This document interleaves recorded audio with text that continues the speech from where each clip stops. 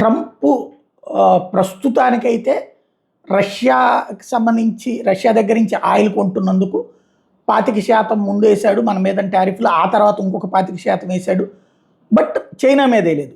ప్రపంచంలో అత్యధికంగా ఆయిల్ని కొంటున్నటువంటి చైనా మీద వదిలేసి మన మీద వేశాడు. ఎందుకంటే మనల్ని వాణిజ్య ఒప్పందం విషయంలో బలవంత పెట్టడానికి, బెదిరించడం కోసం చేసినటువంటి నాటకం.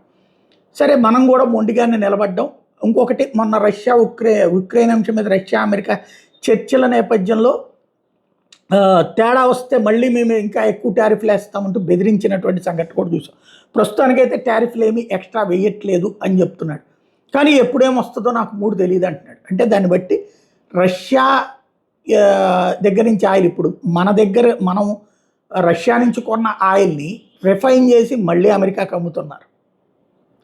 అంటే అమెరికానే కొంటుంది. ఇప్పుడు అమెరికాకి కనుక ఆయిల్ నిల్వలు ఓవర్ అయిపోయి ఉంటే అప్పుడు ఒక ఆస్పెక్ట్ ఉండేది, అప్పుడు మనల్ని ఇబ్బంది పెట్టేది. లేదు అన్నప్పుడు ఆ కాన్సెప్ట్ దగ్గర ఆగుతుంది. అసలు ముందున్నటువంటి ఆ 50% ఆంక్షలు కూడా ఎత్తేయాల్సిన అవసరం అయితే ఉంది.